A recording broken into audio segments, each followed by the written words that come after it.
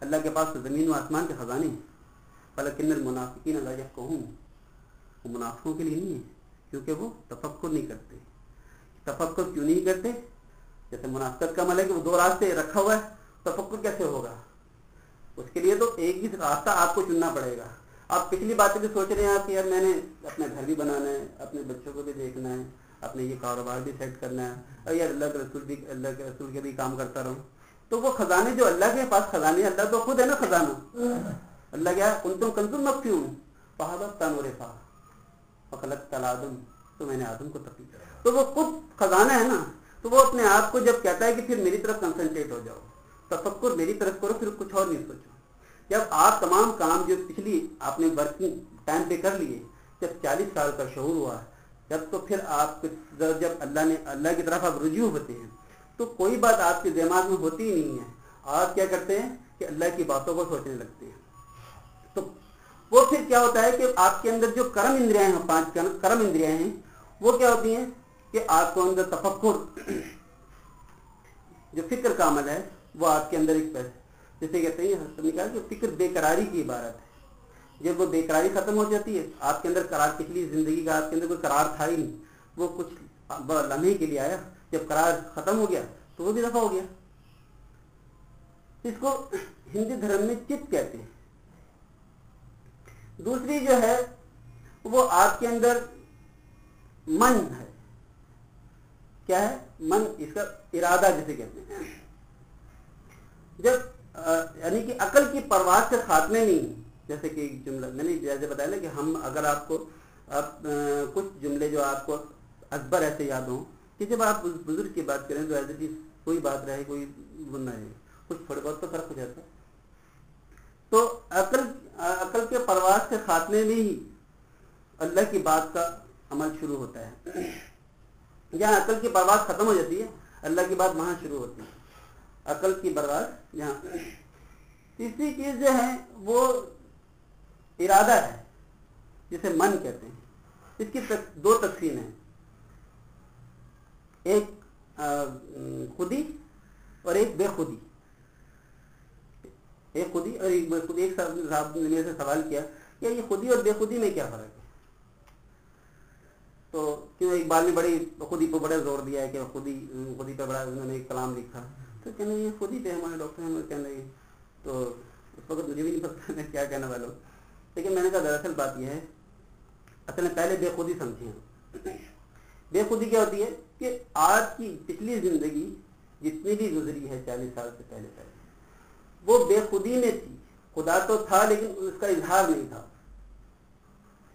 خدا تو تھا, اندر ہی کام کر رہا تھا, لیکن جب آپ 40 سال کا شعور حاصل کیا آپ نے, جب آپ زیتون کا درخت ہو گئے تو آپ کے اندر جو پھل آیا تو پھر آپ کو تمام باتیں بتا دے گی. ہم نے اتنا شعور آپ کو دے دیا گیا ہے اور آپ اب ورکنگ میں آ جائیں. آپ ورکنگ میں آ جائے تو وہ خدا جو خودی میں بے خودی میں تھا اب خدا میں ظہور ہوا. اب آپ یعنی کہ اس خدا کو پیش کریں زمانے میں, جو شعور جو خدا کا شعور تھا وہ اب زمانے میں آپ پیش کریں. اللہ کی جیسے قرآن کی آیت ہے کہ ان اللہ یامرکم ان تؤدوا الامانات الی اہلیہا, لیکن اللہ حکم دیتا ہے کہ امانت اس کے اہل کے سپرد کر دو. تو اس کی جو امانت تھی, جو اس کا شعور دینے کا عمل تھا, اس کے سپرد کر دیا جائے. 5ویں جو چوتھی جو ہے بات وہ انائیت ہے, اہنکار جسے بولتے ہیں. چوتھی جو ہے اور التفات ایک محبتوں کا عمل ہے. اور جو یہ انائیت کیا ہے, اہنکار کیا ہے؟ اہنکار دراصل خودی ہے جسے ہندو دھرم میں پرماتما کا مقام حاصل ہے. آتما سے بڑھ کر پرماتما کا عمل ہوتا ہے. اس کی 3 تقسیم بتاتے ہیں. وہ اس کو مایا سے نسبت کہتے ہیں کہ اس کو مایا سے مطلب مادہ سے وہ اپنے آپ جڑا ہوا ہے, وہ علیحدہ نہیں ہے. وہ پرماتما کا یعنی کہ پسے پردہ وہی کام کر رہا ہوتا ہے. تو اس کے 3 تقسیم بتاتے ہیں. ساتوک, رجو اور تمو. ساتوک کیا ہے؟ گنان روپ ہے, یعنی کہ معرفت کی منزل پر ہے, وہ عارف ہے.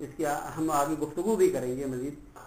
تو یہ کرم اندریاں ہیں، جیسے ہم نے پچھلی گفتگو میں کی تھی کہ کرم اندریاں اللہ نے اس لیے رکھی ہیں تاکہ اس ٹاپک کے لیے جو ہے نا وہ چارٹ ضروری ہے، بہت ضروری ہے، اور بک سامنے ضروری تو بک میں نہیں ہو تو وہ سمجھ میں تو آ رہی ہے لیکن بہت ہارڈ ہے، تو ہر کسی کو نہیں سمجھ میں آئے گی.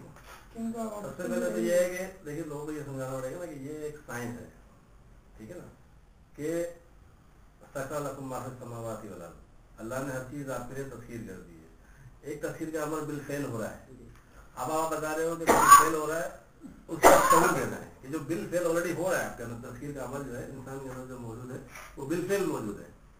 اب اس کتاب کو سامنے رکھ کے اپنے بورڈ پہ ایک چیز کو لے کے چلنا پڑے گا. ٹھیک ہے جیسے ابھی آپ سے میں بدلی ذرا تھوڑا سا میں آپ کو تھوڑا سا میں نے یہی بات کی کہ ہم ابھی جب نفس کا چیپٹر آئے گا نا تو میں ان شاء اللہ تعالیٰ بورڈ کے ذریعے نفس کے چیپٹر پہ گفتگو کروں گا. اٹھانا پڑے گا، جیسے آپ تمبو کی بات کر رہے ہو یا ارادے کی بات کر رہے ہو، جب آپ تمبو کی بات نیچے سے لے کے جانا پڑے گا. ذہن میں آ جائے کہ تمبو کا مطلب یہ ہے، یہ اتنا مطلب ہے، یہ ایک سائنس ہے. میں یہی تو بات کہنا چاہ رہا ہوں کہ ہم جب نبی قسم کا ہر سطح پہ نبی قسم کا ہی وجود آ رہا ہے، کہیں علیحدہ نہیں ہے. وہ ایک بات کرتا اور بھی تھا میرا مشورہ اس کے بعد کہ وہ بجائے اس کے ہم ڈائریکٹ پہلے جامع بہن شروع کریں نا، تو تھوڑا سا یہ تمام ٹرمس اور ٹیکنالوجی سننے کے لیے جو انیشل دوسری کتاب ہے نا پہلے تھوڑا سا ان کا کوئی بات نہیں ہے. آپ دیکھیں اصل میں پتہ کیا ایک ردم بنتا ہے، بہت اوپر سے آ رہے ہیں، ردم بنتے ہی بنتے بنتا ہے نا. دیکھیں بار بار بات کریں گے تو خود بخود آپ کی زندگی آتی چلے گی. ہندو میتھولوجی کے علاوہ سمپلیفائی کرنا ہے نا، تو ہندو میتھولوجی ہے، ایک چیز کو آپ کو سمپلیفائی کرنا ہے جو پریکٹیکل میں موجود ہے، آپ کو تو وہ دکھانا ہے. ہاں پریکٹیکلی ہم دکھا 18 یا 19ویں جو حصہ ہے تو یہ تو ایک پریکٹیکل موجود ہے نا، اس کو صرف ہندو میتھولوجی کا بات نہیں ہے، یہ آپ کے جسم کے اندر ایک چیز بالفعل ہو رہی ہے. اس کی مطابقت جو ہے نا اس کو تھوڑا سا نیچے سے لے کے آنا پڑے گا. میں یہ کہہ رہا ہوں کہ یہ چیزیں تھوڑی سی ڈیٹیل مانگتی ہے. آخری جو جملہ تھا وہ آخری جملہ جو میں کہنا چاہ رہا ہوں، وہ جو آخری کلمات جو میں کرنا چاہ رہا ہوں ذرا اسی لیے ٹاپک میں اس میں بات ختم کروں گا کہ اللہ نے یہ کرم اندریاں ہیں جو ہم نے پچھلے پڑھی تھی، یعنی کہ کسب کی بنیاد پہ لہا ما کسبت ولہا ما اکتسبت، جو جیسا کسب کرتا ہے ویسا پھل پاتا ہے. کسب اس لیے رکھا ہے تاکہ وہ اللہ کے کام کی معرفت پہچانے. یعنی کہ جب کسب کی انتہا ہو جاتی ہے تو یعنی جب کسب کی انتہا جو ہو جاتی ہے تو اللہ کی بات وہاں، جیسے اس طرح لیں کہ کسب کیا تھا، ایک درخت تھا، جب وہ انتہا کو پہنچا تو پھل بن گیا. کسب کیا تھا، وہ جب پھل بن گیا تو وہ کیا ہو گیا، وہ اللہ کی بات ہے کہ جو پھل کے اندر نظر آ رہی ہے. جب آپ کے اندر تمام کائنات کا جو کسب تھا وہ ایک جگہ جمع ہوتا ہے تو نبی قسم بن جاتے ہیں. جو قصد اصل میں ہر شخص کا قصد یہ ہے وہ کسی طرح نفس مطمئنہ تک پہنچے ہیں، ہر سطح پہ، چاہے وہ نفس امارہ سے چلے یا وہ نفس لوامہ سے چلے. جیسا میں نے آپ سے گفتگو کی تھی کہ دو سطح پہ وہ کام کرتا ہے. تو اللہ کے کام کو یعنی کہ تمام کائنات میں تھک گئی، اس نے چاہا کہ یار اطمینان حاصل کر لوں اپنی سطح پہ، تو اس نے ہر سطح پہ کیا نا. کوئی شراب پی رہا ہے اپنے اطمینان حاصل کر رہا ہے، ٹھیک ہے نا. کوئی کسی سطح پہ اس نے بڑے بڑے گھر بنا لیے، محل بنا لیے اس نے، اور یعنی کہ ہر سطح پہ تسخیری عمل اس نے پیش کر دیا کہ کسی طرح میں اطمینان حاصل کر لے. لیکن جیسے میں نے آپ کو کہا کہ سوشیولوجی کے ذریعے لوگوں نے مادہ تو تسخیر کر لیا لیکن اندر کا اطمینان کیسے حاصل کرتا. وہ یعنی کہ وہ ٹاپک جو ہے نا، وہ چیپٹر جو ہے نا وہ کلوز رہا. جب اس کلوزنگ کو آپ کھولیں گے، جب اس کلوزنگ کو آپ پیش کریں گے معاشرے میں، جیسے میں نے یہ گفتگو اس لیے تاکہ جب آپ نبی قسم کو پیش کرتے ہیں تو دیکھیں کہ وہ جو ایک نبی قسم ہی ہے کہ اللہ کا رسول ہی ہے پوری دنیا کے اندر، جس نے اپنی، اگر آپ انڈیویجول زندگی، ایکچولی میں اگر ہم اب دوسرے ٹاپک کو جو ہم بات پیش کریں گے وہ دوسرا ٹاپک یہ ہوگا کہ یہ تو انڈیویجول زندگی تھی نبی قسم کی جو آپ نے یعنی کہ ظاہری اطمینان حاصل کیا، مادی سطح پہ بھی، اور باطنی اطمینان بھی حاصل کیا. لیکن نبی قسم نے سب کے لیے کس طرح نبی قسم سب کو کس طرح دی، یہ ایک ٹاپک ہے. وہ جیسے قرآن کی آیت ہم نیکسٹ ٹائم وہی انشاءاللہ میں پیش کروں گا. آمنت باللہ و ملائکتہ و کتبہ و رسلہ وجملہ قدر خیر شیء من اللہ باسط باب الموت. ہندو میتھولوجی کے حوالے سے گفتگو کریں گے. وما علینا الا البلاغ المبین.